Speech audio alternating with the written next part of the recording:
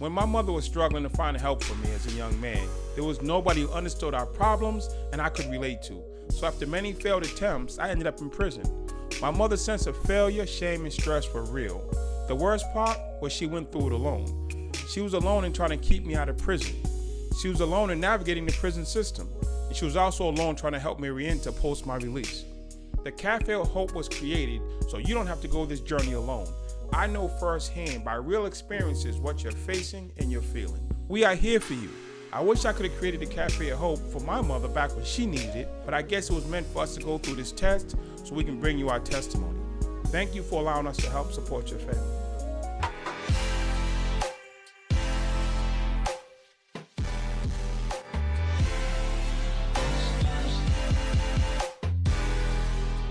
Welcome back. It's been a week. I know I've missed you. Hopefully you missed us, and we decided to come back, and I told you I'd bring her back, and here she is. You want to reintroduce yourself to our wonderful audience? Hello, I'm Raquel Otuoyo. Thanks for having me. So how is it being back? Feels great. It's been a while. So what you been doing this week? Trying to be productive. Trying to be productive. Yeah. That's the goal of everybody, I hope. Yeah. But I remember when you were here last time, you mentioned that your son went to prison, and he's home and he's doing well, which is fabulous news. But I want to go back to the day he was sentenced. Were you in the court that day? I was. How was it for you hearing the court give your son a prison sentence? As a mother, and that's my only son, I felt hopeless. I wanted to fall down and cry that day, but I had to stay strong for him.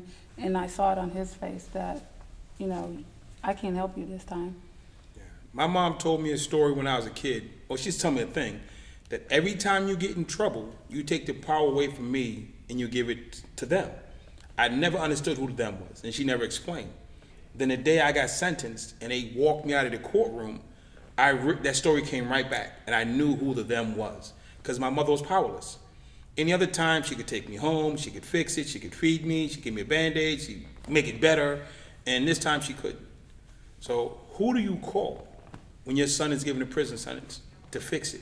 I have two other older daughters. They're not older. One is older than him. One is right underneath him. So, and then I have my sister here. So it's a small little family. And I called her. I called my daughter, and of course they cried. I teared up because it hurt them as well. And when he called me that night, I had to tell him, see, it just didn't affect you. You're the one going to do the time, but it's also affecting us. No, technically, just I didn't understand myself. Is everybody does time together. Yeah. Everybody does time together. He's behind the wall, but you're stuck on the other end of that phone. Yeah. Me and my mom did a play, and her thing was ring, ring, ring. And it started out the scene where she got a call, ring, ring, ring, and it was her husband who was calling from prison. And they had the husband-wife conversation. I'm not going to repeat. Then it was ring, ring, ring, and it was me. And I got all these ideas and plans and schemes. Then it was ring, ring, ring. It was my nephew, her grandson, calling home with plans and schemes. And it was 3 generations of my mother taking phone calls. And she was a showstopper, for sure. But it was real. So now that he's away, you had to go visit him, send him money, write letters. You didn't go visit? No. That's what I did. I never did. And I told him I could not. To see your child where you can't bring him back. It took me actually, because when I first gave birth to him, he could not leave the hospital for 5.5 months. I had to go to the hospital every day. And it just killed me every day because I had another one at home that I would leave. So it put me in that same aspect, like unresolved trauma. Mm-hmm. So trauma is a steady theme in this space. Yeah. So you didn't want to go because you couldn't take him home. Yeah. So did you talk to him on the phones? I talked to him on the phone, kept money on his books, and he talked to his sisters. But at the time, I was so angry at him also. But then I told him, he's like, I understand. He knew why, because I told him before, if you ever get locked up, don't expect me to waste my gas and my time to come over there, because I told you. So was that tough love or was that self-protection? It was both, a little bit of both, because I just didn't want to revisit that kind of hurt every day. And then it was to let him know, I'm not always going to be accessible to you, even behind bars. Got you. So next thing, because I didn't realize it, the cost of phone calls. Talk to us about the cost of phone calls. You have to get a whole nother job to deal with cost of phone. But then they really want to call all day, every day. You have to really, that's when all of a sudden I'm his best friend, his sister's his best friend. So you have to limit those two, and then you put money on his books. Then he had children, so, just all. I remember this. I know it from my side. I need to hear from your side. The Christmas phone call, the Thanksgiving phone call. We call home, collect from Andre, and you answer the phone. Mm-hmm. Then you hand it to my sister, who hands it to my other sister, who hands it to my brother, who hands it to my nephew, and it makes it all the way around back to you. Then you hand me the phone back and say, okay, son, thanks for calling, and I hang up. I used to be standing on the block like that. That was a waste of time. I just ruined their day. Yeah. But for some reason, I felt compelled to call. So how was it from you getting that call? I know you got that call. I did a couple of times. Whether it was a holiday or just normal day. But the holiday was the past, because everybody was at the house. Well, we had a small family at the time. It was just me and my other four and my sister. So that's a lot of people. Yeah.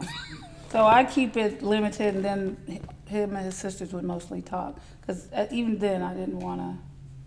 You were hurt. Yeah, I was more disappointed and hurt. So what can you say to a mom whose son's in jail, mm-hmm. and she's home and she's hurt? What would be a good strategy or suggestion that she could do? When you talk to him, you want to make every conversation productive. Don't revisit the past. Don't harp him over his head. As long as if he feels like he's saw the change or see his mistakes, you don't want to cost every phone call something to be negative, because that's horrible already to be beat up already in there, and then talk to your mom and still be beat up again. Got you. So be encouraging, be supportive. Now this is the thing we're gonna cover in the next segment. How is he living inside? Can you know what he's doing behind the wall? You only know what he tells you. Did you ever get misled or get some bad information? Yeah. And they come out, you get the mommy version, we used to call it. My mom say, I get the mommy version. Yes. I just have to tell him, this is what I heard, and I'm not going to ask you, because you're going to tell me a lie anyway, but this is what I heard, and this is what I'm going to tell you. And that's it, that's all. We wouldn't even have a discussion about it. And I tell him, you need to change it. That's why you're there now. In the next segment, we're going to talk about what really life looks like behind the walls, and real talk, how we think of our mom and sisters while we're actually doing what we're doing. So we're going to take a break, we're going to come back, and we're going to talk to you about real life in the penitentiary.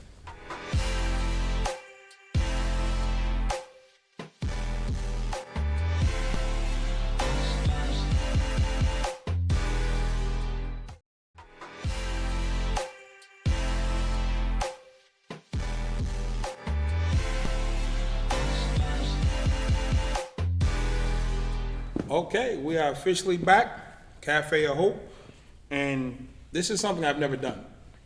And I've given an opportunity today for you to just really ask questions, because I know what life was like in the penitentiary for me. I did state level, federal level, supermax, solitary, you name it, been there, done it. And prison riots, flights on planes, you name it. So this is, as a mom, you get the mommy version. Okay. We always give mom the mom version. This is your chance to ask, what's something you really want to know about life in prison? What is actually the hardest part? I know maybe you're missing your family, but actually, besides that, what is the actual hardest part? The hardest part of prison, or the toughest part of the day, because 24 hours in jail, the most toughest part of the day is generally 4 or 5 o'clock. Because every day at 5 o'clock, where I was at, they did mail call. And the guard would walk down the tier, and they have a stack of mail. And he would stop and give you your mail, or he would just walk by. And it's a 2-second exchange. And when he walked by and didn't give you mail, what it was saying to me, other people interpret it their way, was the world doesn't acknowledge you today. The world says you don't exist today. And to sit in your cell, as tough as you might be or project to be or whatever your thing is, that God would walk by and look at you like, nobody knows you. And then sometimes he would stop in front of your cell and he'll go through the mail. They'll be like, oh, nothing today, Norman. And he knew I didn't have no mail. That was his way of jigging at me. And for me, in some prisons, we all get around the desk and they just call out names. And some people don't even bother to walk down there because they already know. That is a daily reminder, 6 days a week, Monday through Saturday, that either you exist or you don't. You matter or you don't. There's nothing. I did 2.5 years in solitary. There's nothing harder than watching that man walk by your cell and say you don't exist. That was, for me, every day. I couldn't cry, but it brought me extreme emotional trauma. Right. And when you did get a letter, on the other hand, you get it, you sit it on the bed, you look at it, you sit back, and it's like Christmas time. And you want to look at the stamp, what color it is, where is it from. I knew the post offices they used to route through. Because you could look at it stamp, when they stamp it, you might mail it in your neighborhood, but it goes to some crazy mailing center and they stamp it. I'm reading that. Every aspect of that thing, I'm studying. And for the first 6 months, we all have our original girlfriends before she goes off with somebody else. So we got the scented letters in the beginning, and those go away. It's like, wow. But mail call was, I never forget it. A lot of guys won't admit it, but there was that's when people start crying, when that mailman walks by and don't know you. So you said you went like a couple of different times. So when did you actually get it and why? What made you actually, that point when the light bulb actually said, I need to change? No, I actually went to prison once. Oh, okay. I got sentenced in 1985. I came home in 1999, 14 straight. I got rearrested in prison. I got charged again for more crimes in prison. So I hadn't learned my lesson. I hadn't changed around. And the things that I did in prison to get new time were assaulting other prisoners and attacking staff. And in those instances, you would think, well, why didn't you think of your parents? Or why didn't you think of your sister? She named her baby after you, and I'm living this life. It's like, I'm on Mars, and you want me to be concerned about New York City. I'm on Mars, you want me to worry about what's happening in California. Like right now, are we really concerned what's happening in northern, Australia? No. We're in another world. So as much as I love my family, as much as they mean something to me, I'm in this life. I'm in this life. And I'm consumed by it. And you get stuck in that little tunnel vision thing, and you stay in that life. Then you get on the phone with your mom and you fake it. You don't talk about the life. You talk about, hey, Mom, how you doing? Yeah, I'm great, blah, blah, blah. But it's like to make her feel better. But every day, you hustling, you grinding, you stressed out. You ain't going to tell that to your mom because we don't want to put that burden on you. So the thing that's not said, I'm stressed, I'm hurt, I'm lonely, I'm depressed. The things that aren't said make it worse. So until the parent and the child actually can say the things that are unsaid, it's hard to get change. So what can the mother do to a son behind bars? She would have to speak to him about what's going on behind those bars. Are you selling drugs? Are you, drinking homebrew?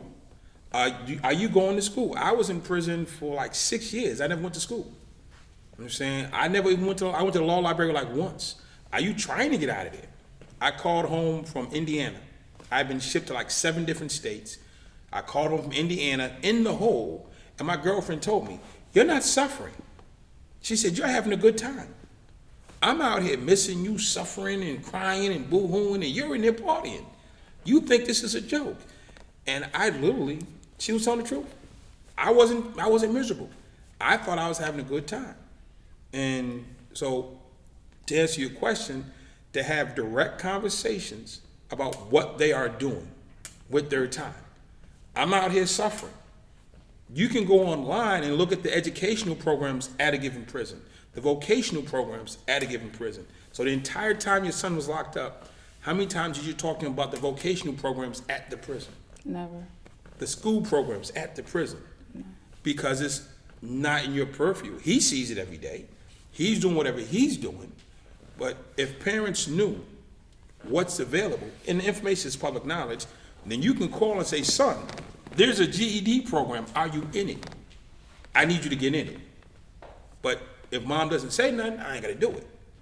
Now it's a different discussion about, well, you want me to send you $40, $100 a month, but you can't go to GED class. And you're disappointing your mom again.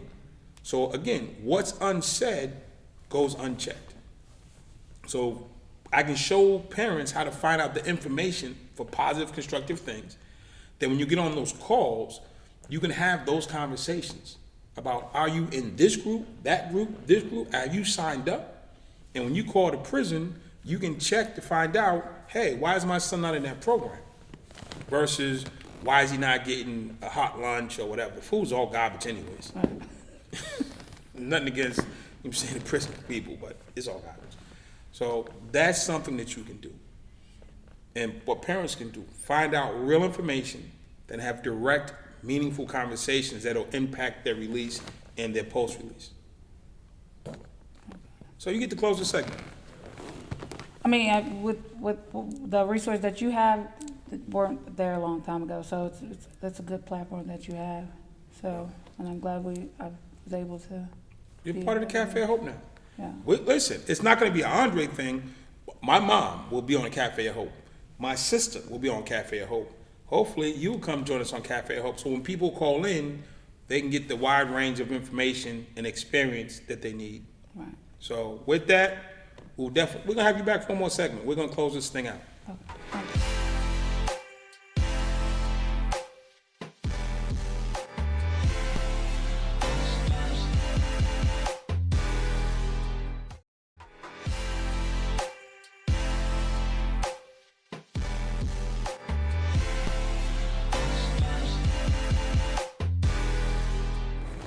All right. I appreciate you coming. Thanks for having me. It's phenomenal to have you here, and your message is, again, it's necessary. It's not Andre knows everything. It's we merge. We had a sister come on in episode 2, and it was like she had an idea, I had a concept, and we merged. So your son's home. Yes. How was it when he walked out? He's still a baby at heart. He's a mama's boy. So. Oh, look at you. You done sunned him up again. You done sunned him. There you go. That's the problem. You gotta let him be a man. He's a mama boy. That's what you said. He is. You ain't gonna let him be nothing else. He'll be 39 years old. You be calling him mama boy. Yeah. Of course. I mean, I'm over the top. You know, I'm proud for the lessons he's learned because I see the difference. His attitude, what he says. You know, just our everyday conversations. He calls me more. So how are you? Oh, he calls you more. Yeah. Now he got confused with the phone. Technology problems. Yeah. So how are you feeling now that he's home and doing well? I can't say I'm speechless. You know, I was more like, don't tell me, show me. He showed me. So I really, you know, there's other things that he can need to go further in, but I'm not going to harp on those just as long as he's making strides towards it. You have to crawl before you walk. So, and if he asks me anything, I'm always willing to help him. So. Before I say my next thing, look right into the camera and give him a message. This is mom to son, mama's boy. His name is Demetrius Drew, but I call him Man. No. So. Just tell it to him. Man, this is your mom. I love you. I'm, proud of the man that you're trying to strive to be every day. Strive to be better, and I'm glad, I always love you no matter what. And that's just it. Look at you smiling. We was talking about him going in, you wasn't smiling. He was in their courtroom talking about, man, you taking me back there again. Yeah. I mean, we want all moms to have that smile. Yeah. We want all moms to say, you know something? He's home, he's doing better. And we have to collectively be a resource to give that information. The stuff my mother went through with me and my brother would have helped you immensely. Yeah. And the stuff that you went through will help the next mom. There's not somebody's going to ride in on a white horse with this clipboard and hand it to us around success. The success comes from the experiences and the hardships of those before us. So we can't be embarrassed that we went through this, because when we hide our shame, we project it onto the next family. Correct. So this is a time where my mom, she's my mom. And she'll tell you, yeah, my boy messed up above and beyond. He was professional. I didn't just kind of mess up. I went all the way over the cliff. But my mom says, now, you can go to my mom, say, where's your son at? Oh, he's down filming a TV show to help other families know how to do things better. Where's your son at? Oh, he's over in Europe giving a lecture at London Business School.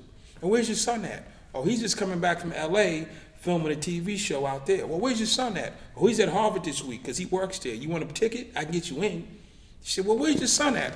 And she would say, well, I don't know, but I can guarantee you he's someplace doing something well to help somebody else.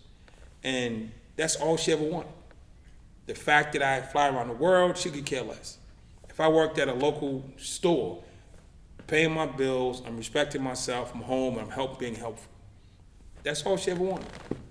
And I've seen parents, when it came time for them to leave this earth, the one thing that they wanted to know, and this is rich or poor, white or black, is my child going to be okay without me? Absolutely. And that's what I'm trying to make happen, is that you can leave this earth, whoever that parent is, and say, you know something? My child's ready. I've done all I could do to prepare them for this transition that I'm about to make. And I want my mom to be in a situation where when the time comes that she can look and say, you know something? Mine's is okay. I had a conversation with my mom probably 2 years ago. Now, me and my brothers and sisters don't all get along, for the record. I got a favorite sister. Then everything from there is like up and down. It ranges on what day it is. But I had the opportunity to go see my mom a few years back and sit her down and say, hey, Mom, you know something? I'm financially successful. I'm doing well. I got this thing going on. You know that. I've been doing good for 21 years. When you are no longer here, I can assure you, I'll look out for my brothers and sisters. We ain't gonna get along any better, but there ain't gonna be no homeless people in our family. Ain't gonna be no hungry people in our family. That we're in a space and a place where they're gonna be okay. Because she looks at us like, man, they always beefing, and are they gonna help each other? And as much as we fight, or disagree, or bicker, or talk about each other, because if we do that, Yeah. it's never gonna be, we're gonna watch somebody fail. And I just need, for me to tell my mom, I got you. Your kids are good. That was the best thing I've done since I've been home. Been in the White House, been to Europe, been to Africa, been all over the world. Got every medal and accomplishment you can think of. Nothing was bigger than being able to tell my mother she'll be fine. And I got her kids. That for me was the top. And as a mother, that's what we want to hear. So, what are you gonna say to the moms out there? Never give up on your kids. Always have know that there's at the end of every tunnel there's a brighter light. I mean, any decision, we're their first teachers. We're going to be their last teachers. Just never give up hope on your children, no matter what road they take. It's us as parents, whether we're single mother, co-parenting. Always be that light for them. And I'll just say the Cafe of Hope is here for one reason: to help you be better in the spaces that you're weak. No judgment, no questions, no how comes, just how can we be helpful? And that's all we want to be. So if there's something that we can do at a Cafe of Hope to help you wherever stage you are, kids in juvie, somebody's incarcerated, someone's already home, you're stressed out, for you or them, that's what we're here for. So with that, we just want to say, y'all have a great rest of the week, and we will see you soon. When my mother was struggling to find help for me as a young man, there was nobody who understood our problems and I could relate to. So after many failed attempts, I ended up in prison. My mother's sense of failure, shame, and stress were real. The worst part was she went through it alone. She was alone in trying to keep me out of prison. She was alone in navigating the prison system. And she was also alone trying to help me re-enter post my release. The Cafe of Hope was created so you don't have to go this journey alone. I know firsthand by real experiences what you're facing and you're feeling. We are here for you. I wish I could have created the Cafe of Hope for my mother back when she needed it, but I guess it was meant for us to go through this test so we can bring you our testimony. Thank you for allowing us to help support your family.